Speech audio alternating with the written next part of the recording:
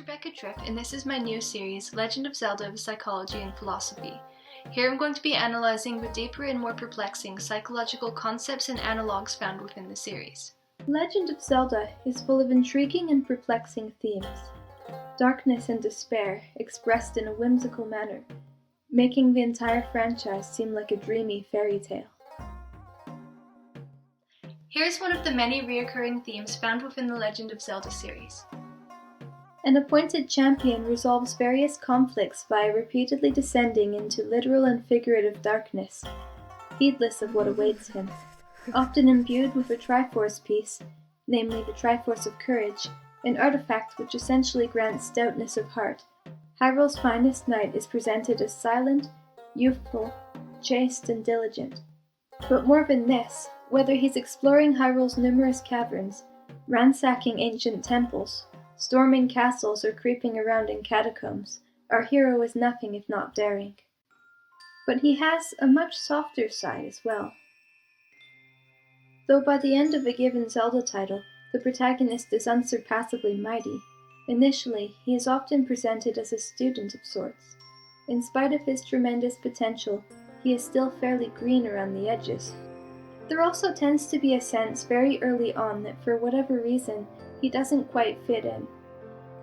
Even though he tends to be popular among the adults and much younger children, there's something distinctive about him.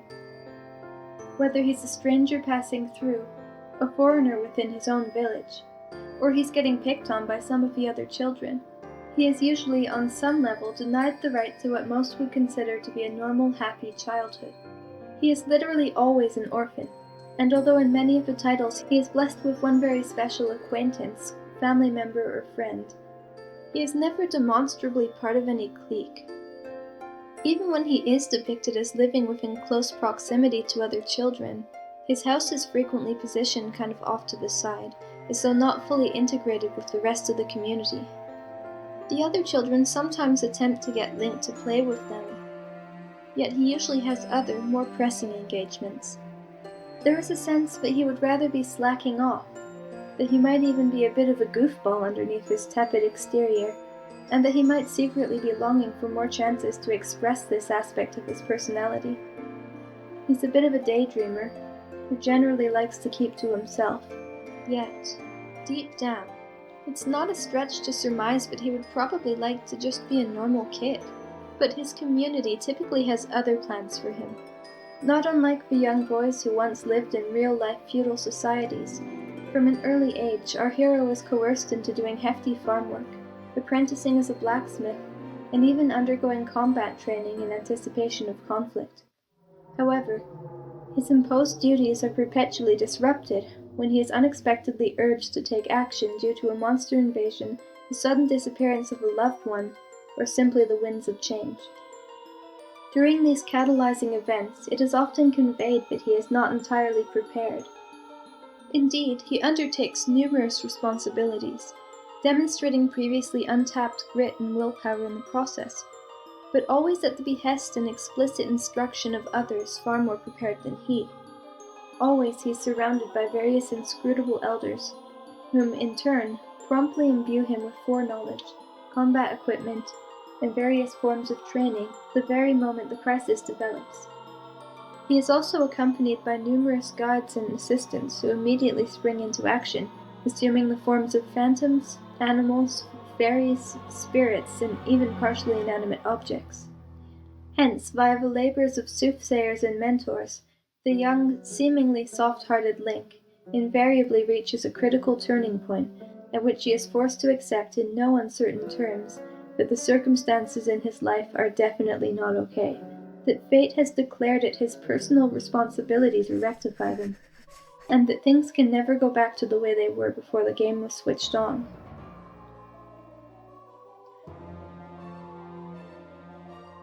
So what does this mean in terms of human psychology?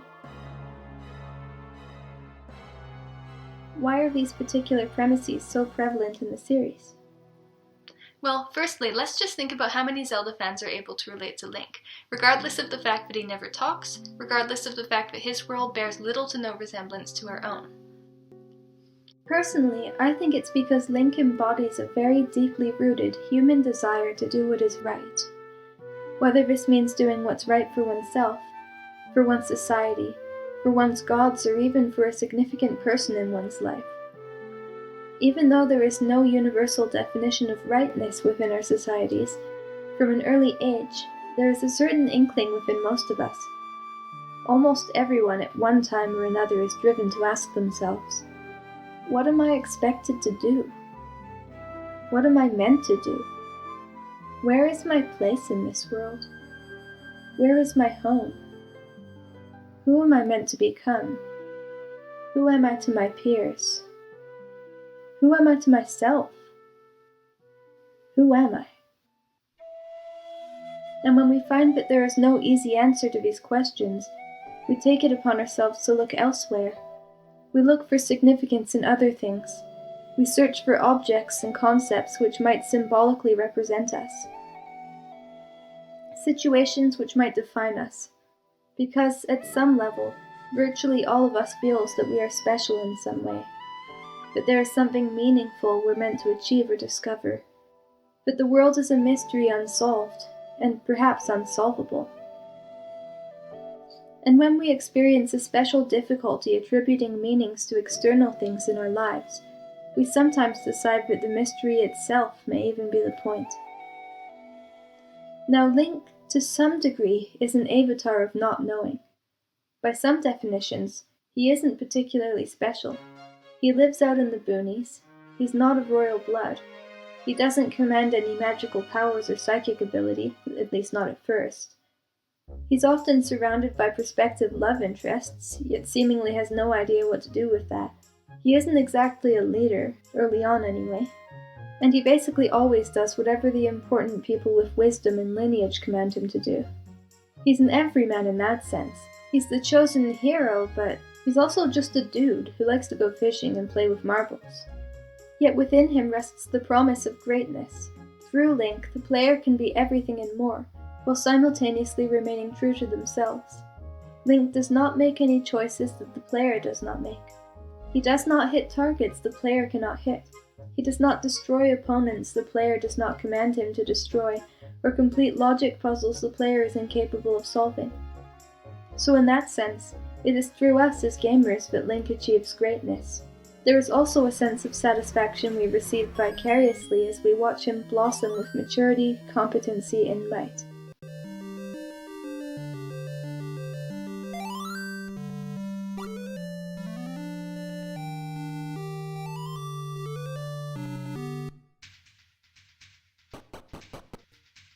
Link's colorful trials of courage, strength, reflexes, maturity, and virtuoso vary from title to title. But regardless of the narrative, side quests, villains, or terrain, there is one certainty in the Zelda series. Link is empowered primarily via the exploration of perilous, mind-bending dungeons. In fact, he and everything around him would either exist within a permanent limbo or fall into ruin without Link's exploration of said dungeons. Let's talk about the dungeons themselves for a moment. What are they, and why do they matter to Hyrule, or anyone?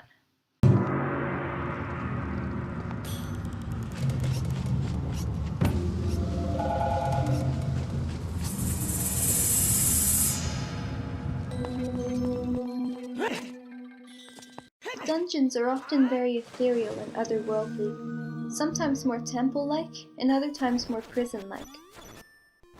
They are frequently, though not always, built into the landscape, incorporating their surroundings into traps, puzzles, and other fantastical and sometimes even Rube Goldberg-esque contraptions.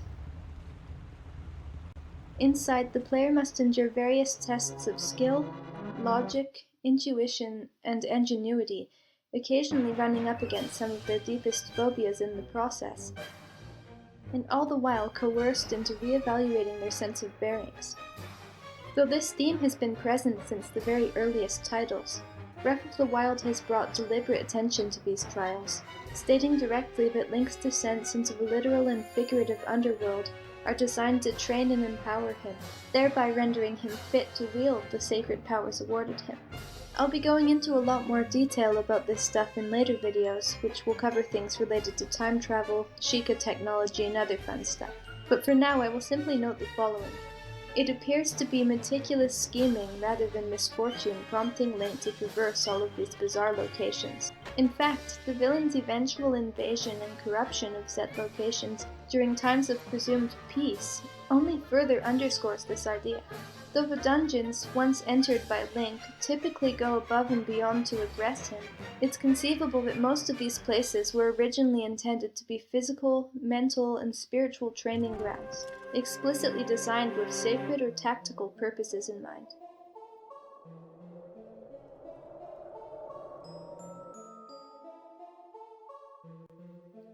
This makes sense in a landscape which goes to war with itself cyclically, given that every corner of Hyrule oozes with life-giving magic and teems with resources.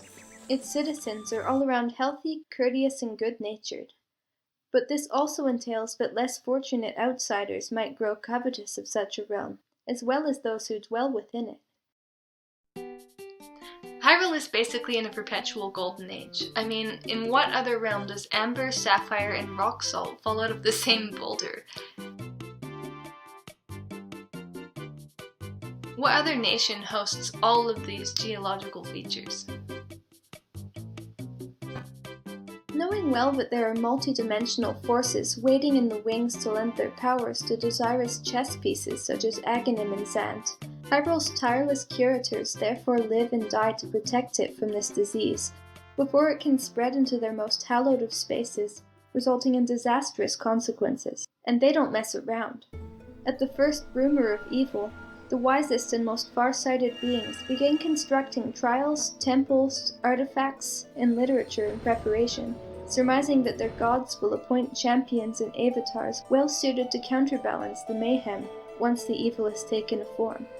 On a macro scale, this often means that Link is granted similar abilities to those of his opponents, such as the time-traveling harp in Oracle of Ages, Ravio's bracelet with 2D powers in A Link Between Worlds, Midna's reality-bending Twilight powers in Twilight Princess, or the reunifying magic mirror in Moon Pearl in A Link to the Past. In each title, the villain attempts to render the landscape unnavigable, and henceforth it becomes Link's job to adapt to his surroundings at all costs, assuming new forms and surrendering to the elements until, eventually, he is able to outpace the villain, who is as much an expert at hiding in unseen corners as he is at rearranging the landscape and dematerializing bridges. On a micro scale, Link is also expanding his navigational skills at every turn. In addition to his various world-skipping and shape-shifting abilities, he is also granted compasses, maps, keys, and an array of shiny dungeon-born upgrades, virtually all of which enable him to clear obstacles and continue pressing forward, which is usually quite relieving since the architects who designed these dungeons were seemingly insane, and the player's only other means of traversing these dreamscapes are obtuse, convoluted, and comically inconvenient. Rarely is the player allowed to simply chart a direct route to the bosses. Instead, he must systematically maneuver himself through the branching corridors of a child's nightmare.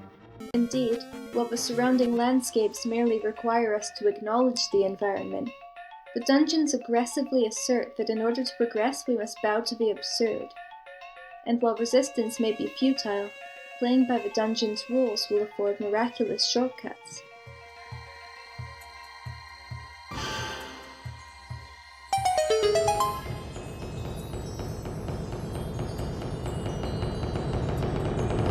In this sense, the trials have much in common with the inner workings of our own minds. Symbolically, Link's expeditions within Hyrule's enigmatic temples serves as an apt metaphor for the process of acknowledging and reintegrating disparate portions of the human psyche. Let me explain. Generally speaking, each dungeon proposes that within its bounds rests the solution to an external conflict of one kind or another, usually, though not always, related to the theme of said dungeon. For instance, the eternal winter plaguing the Snowhead region in Majora's Mask can only be rectified when Link decides to enter the coldest place in Termina, the Snowhead Temple. Inside can be found magical fire arrows, which allow Link to soften enough of the ice within the construct that he is able to reach and subsequently subdue the beast responsible for the blizzard. In Breath of the Wild, there is a mechanical camel who renders the desert unnavigable by kicking up sandstorms and threatening to smite all who dare to investigate. Only when Link ignores its blusters and decides to enter this monster's belly does he reclaim peace for the desert region, and in doing so, also reclaims a sliver of peace for himself. Deep beneath Lake Hylia in Ocarina of Time, there is a water temple inside which a mysterious life form secretly controls most of the water in the lake. Only when Link decides to venture deeper underwater than ever before, and subsequently learns how to work with rather than against the water element, can he restore peace and normalcy to the lake region. But these journeys are also personal, at least to some degree. Whether he is testing his resolve or traipsing into the unknown, there is a certain degree of surrender involved. On a large scale, it becomes clear that The Legend of Zelda is as much about restoring and reunifying a broken kingdom as it is about accepting the brokenness of said kingdom, while simultaneously adapting to and even gaining eventual mastery over untenable situations.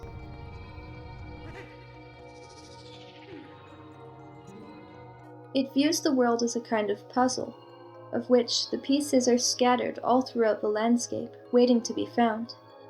But there is always a right order or combination, and that a receptive and therefore observant mind can avoid obstacles and discover hidden truths with rote efficiency.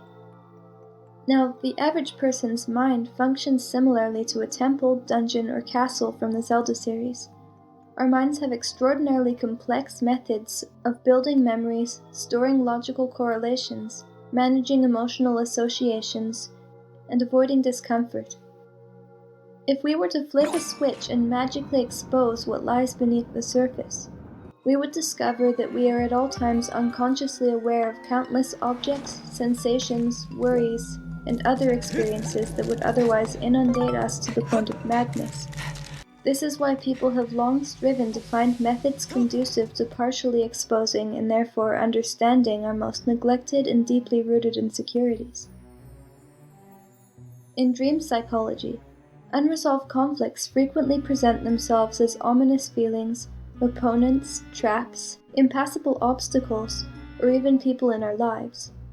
They frequently assume forms symbolic of that which most upsets us, our fears and our unconscious desires, often connected abstractly to insecurities, unbalanced relationships, unaddressed psychological or physical needs, painful memories, grief, loss, and guilt, or otherwise feeling overwhelmed, out of control, or out of our depth. This phenomenon can also be experienced during guided and self-guided meditations, and virtually every other mind-altering practice found within human cultures around the world. Delving into these modes of consciousness via meditation and dream analysis is generally considered to be very healthy and productive. But these kinds of symbolic and surreal experiences can also manifest in less helpful ways, especially when improperly addressed. Sufferers of mental illness such as psychosis, post-traumatic stress disorder, or obsessive-compulsive disorder, for instance, can experience hallucinations, invasive thoughts, nightmares, and involuntary obsessions. But these connections and experiences are not simply limited to dreams and psychoses. There are multiple ways by which humans have self-actualizing experiences. To give an example, we also explore our unconscious desires through art. Whether created or consumed, our literature, dance, body language, paintings, and all other methods of communication regularly grant us outlets for our unconscious proclivities, since they allow us to analyze, externalize, and sometimes even exercise them entirely. Playing a video game, reading a book, or watching a film can sometimes aid us in achieving similar ends. For this reason, interactive media such as the Legend of Zelda games can be especially versatile in their therapeutic application. Perhaps after long bouts of dungeoneering, grieving for loved ones, and adjusting to unwanted changes, Link, the player, and all other parties involved are experiencing the same kind of emotional release.